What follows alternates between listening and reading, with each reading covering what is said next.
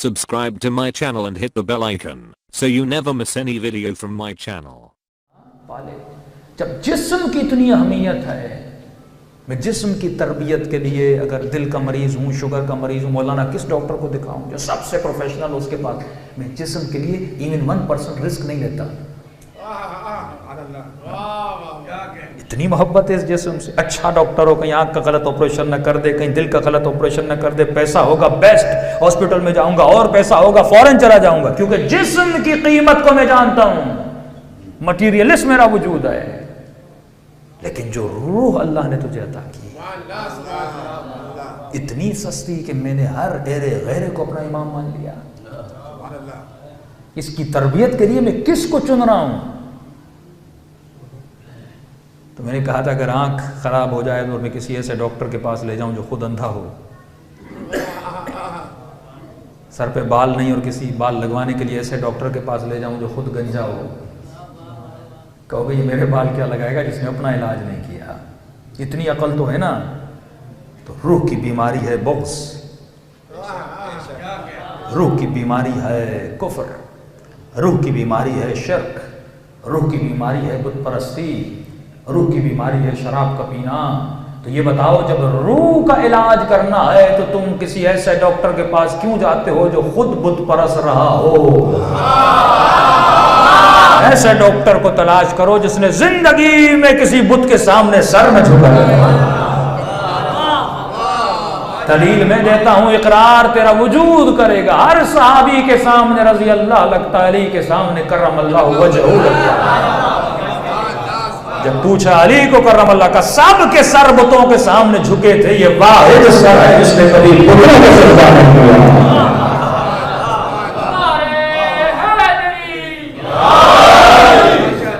से बड़ी लॉजिक होगी। अपने बच्चे की किसी स्कूल में एडमिशन करवानी है तो अच्छा टीचर, अच्छा स्कूल, और दीन का मामला किसी के हवाले करना हो तो उसमें तुझे परवाह नहीं, उसमें इल्म कितना है। और फख्र इस बात पे करो कि अली से मशवरे लिए जाते थे। जब अली इतने ही आलिम थे तो डायरेक्ट अली को बिठा लेते। हाँ, अक्ल की बात है। अगर इंसान अपने फैसले अक्ल से करता तो कभी इंसान गुमराही के दरवाजे पे न जाता। तो प्योर इल्म, प्योर इंफॉर्मेशन। अच्छा मैं इंफॉर्मेशन किससे लूँ? अभी लास्ट स्टेज है, समझ गया कि मेरा ब्रेन अल्लाह की सबसे बड़ी नेमत है, इसमें मुझे प्योर इंफॉर्मेशन डालनी है। प्योर इंफॉर्मेशन किससे लूँ?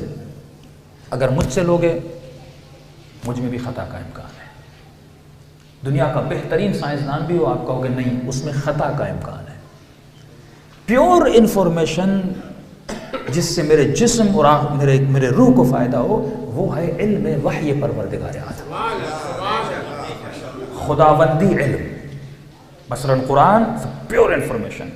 कोई इंसान नहीं कह सकता कि कुरान में खता का इम्कान है। नबी की हदीस प्योर इंफॉर्मेशन है।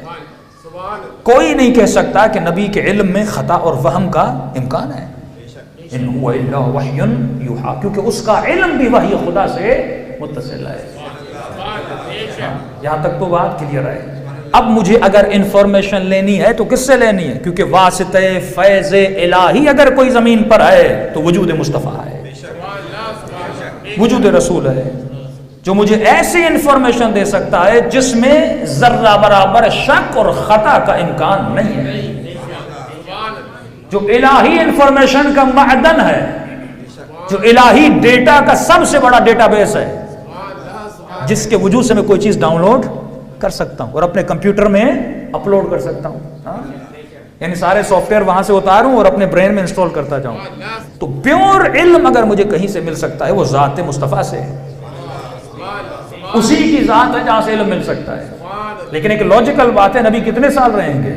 60 ईयर्स, 70 ईयर्स, 80 ईयर्स, कितने भी साल इस दुनिया में रहे, लेकिन नबी के जाने के बाद वो इंफॉर्मेशन मुझे कहां से मिलेगी? क्योंकि जितने भी बाकियात थे नबी के बाद, वो असहाब की सूरत में हो या अहले बैत की सूरत में हो, मुसलमानों से पूछे थे, कहते नहीं खता का इम्कान है, उनका इल्म प्योर नहीं है, उनके इल्म में खता हो सकती है। तो इतना तो मुसलमान मानते हैं एक ही वजूद है जिसका इल्म प्योर है, جس کے پاس سارا ڈیٹا ہے. تو آئیے رسالت کی خدمت میں جاتے ہیں. یا رسول اللہ آپ کے جانے کے بعد اگر ہم یہ انفارمیشن لیں اور اپنے برین میں ڈالیں تو کس سے لیں؟ تو نبی نے فرمایا گھبرانے کی ضرورت نہیں. انا مدینۃ العلم وعلی بابها.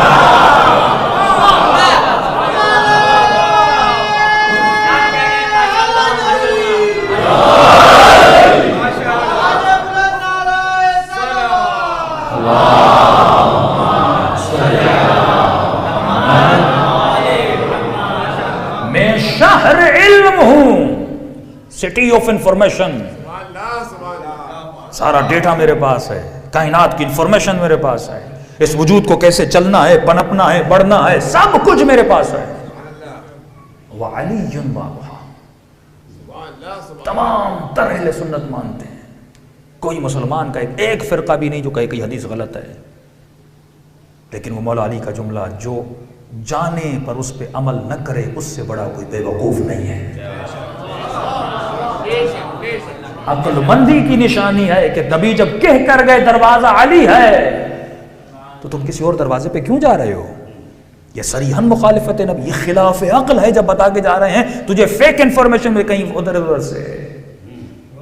ہاں کوئی اور میکینک تیری موبائل کو بنا تو دے گا، لیکن کمپنی پھر گارنٹی ایکسپائر ہو جاتی ہے.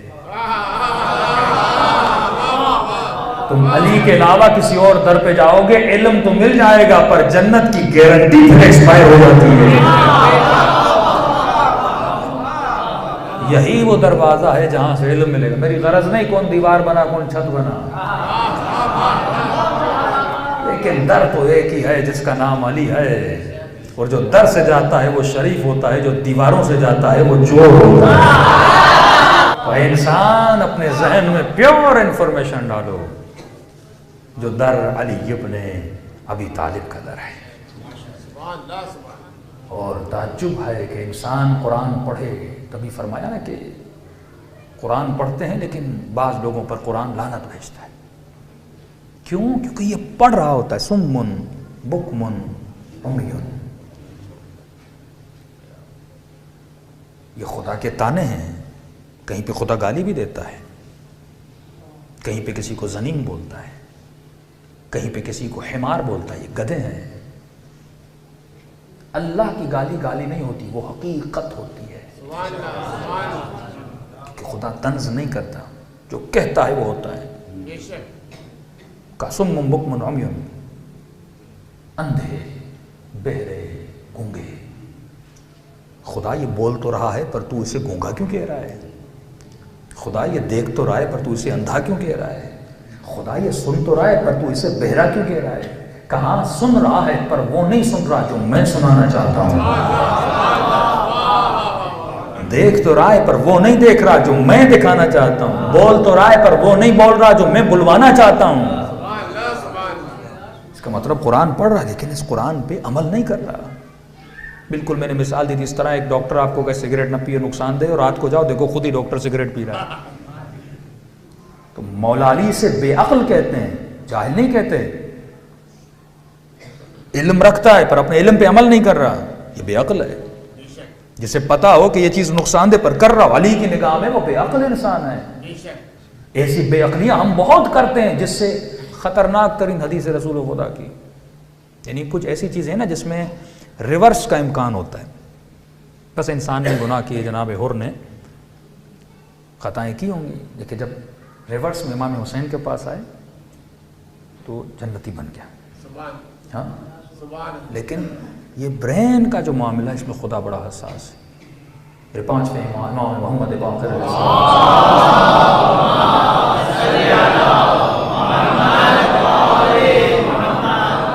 فرما انسان جو بے وقوفی والی حرکتیں کرتا ہے، یعنی ایسا کام جو عقل کے خلاف ہو، وہ ہر کام جو کرتا جاتا ہے اس کے ہر کام کے بدلے میں خدا اس کی عقل کو کم کرتا جاتا ہے، کم کرتا جاتا ہے. اس میں کوئی ریورس نہیں ہے. یعنی ایسا نہیں کہ ایک دن سمجھ جائے اور کہ اب میں اچھے کام کروں گا، نہ. جتنی عقل زائل ہو چکی ہے وہ زائل ہو گئی. اب یہ درجات اولیاء پہ نہیں جا سکتا. تبھی فرما اس کا خیال کرو، ایسے کام نہ کرو جو خلاف عقل ہوں، وہ تمہارے وجود کو تباہ ہو برباد کر دیں گے.